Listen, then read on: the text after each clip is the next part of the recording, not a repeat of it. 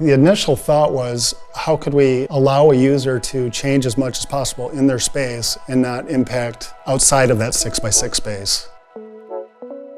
The Compose Echo journey started when we were just looking at how to fine-tune that individual work point. So when you think about Compose Echo, it's actually a family of developments. It was broken into chunks. Sometimes that's not very clean. You'll see the ideas coming out through several different product categories. When we think about a product, we think about it at the performance level, both at the facility and at that individual level, but also at the desire level. Like, do I really want a product like this? The speed of trying to share information has increased, and toggling between different projects has increased. The space is always kind of critical. It has to do with the lighting, the noise, the activities that are going around. So to give as much freedom to the individual as possible so that they can make the space their own and also have it work for them, you know, in terms of the screen positions or where storage is, what their glare level is.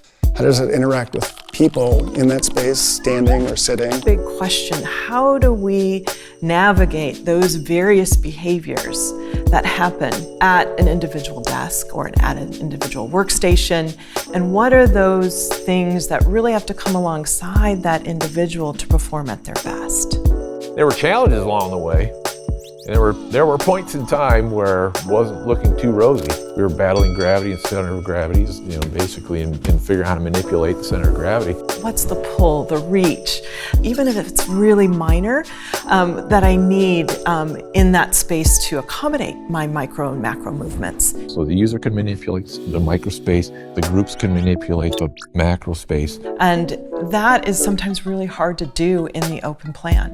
The compose portion of it, by nature, it's meant to be as a backdrop. In this case, where you anchor to this a very dynamic, movable object. How can you bring this in so we can have a little bit more control, but still give the end user more flexibility, but contain it? With Compose Echo, there's an arm that tethers the unit that allows it to articulate and move, but it also channels the power and data.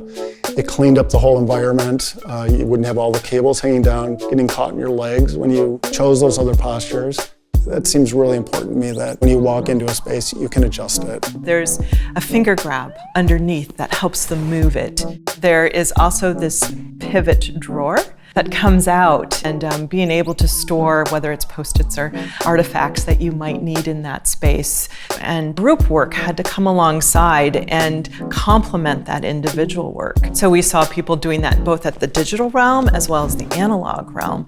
And the analog is like that quick marker board interface and to collaborate on an idea or a problem. So these boards were something that you could take with you and go to, let's say, a meeting, and then you bring it back and you can share it with your team.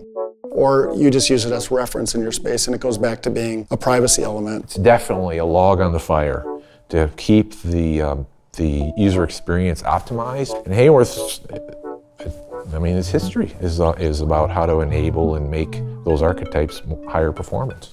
I hope it's taken advantage of in terms of how they communicate and work together, and maybe help us learn more about collaboration through these mobile units.